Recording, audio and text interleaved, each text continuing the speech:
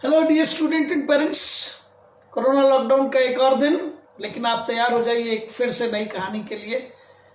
ये जो कहानी है ये संघर्ष और सफलता के बीच की एक बहुत बड़ी कड़ी है और मैं आपको वादा कर सकता हूँ कि इसको सुनने के बाद में आप एक बड़े संघर्ष के साथ में बड़ी सफलता के लिए तैयार हो जाएंगे।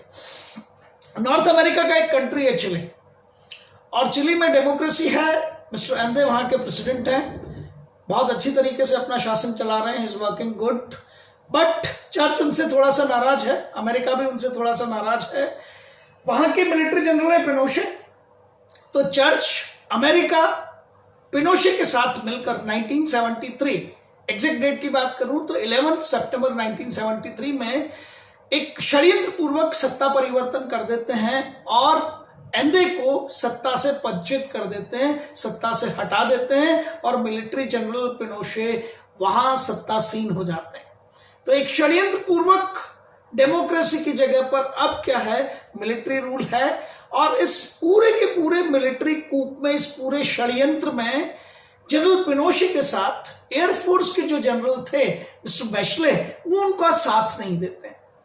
तो जब षड्यंत्र पूर्वक सत्ता परिवर्तन हो रहा था तो जनरल पिनोशे का साथ नहीं दिया था एयरफोर्स जनरल ब्रेशले ने, और चूंकि साथ नहीं दिया तो वो उनसे नाराज होते हैं, बदले की भावना से काम करते हैं और बदले की भावना के तहत ही जनरल बैशले के परिवार को जेल में डाल देते हैं, इंप्रिजन कर देते हैं, जिनमें उनकी बेटी है, उनकी पत्नी है। अब उनकी पत्नी को भी, उनकी बेटी को भी जेल में प्रताड़ित किया जाता है, तरह तरह की प्रताड़नाएं दी जाती हैं, यातनाएं दी जाती हैं और ये सिलसिला जारी रहता है।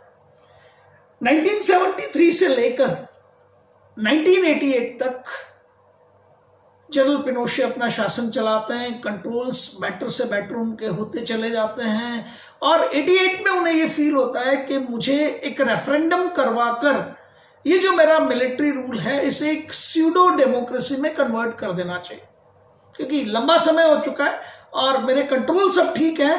तो he felt that I can go for the referendum and there can be a pseudo democracy. लेकिन होता हुआ है जो बिल्कुल विपरीत है जनरल पिनोशे की थॉट्स।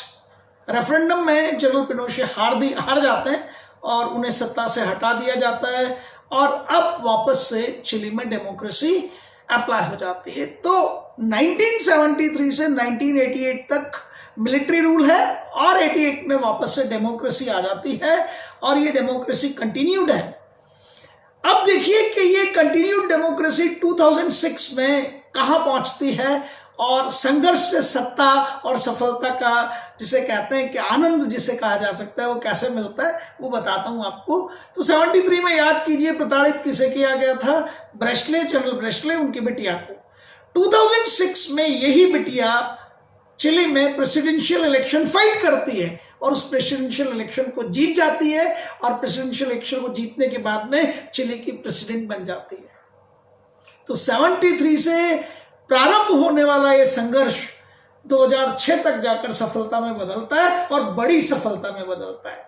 और ये बिटिया जिसका नाम मिशेल ब्रेशले है, अपने प्रेसिडेंशियल एड्रेस में बताती है कि मैंने बदले की भावनाओं को सहा, लेकिन मैं उस बदले की भावना से काम नहीं कर सकती।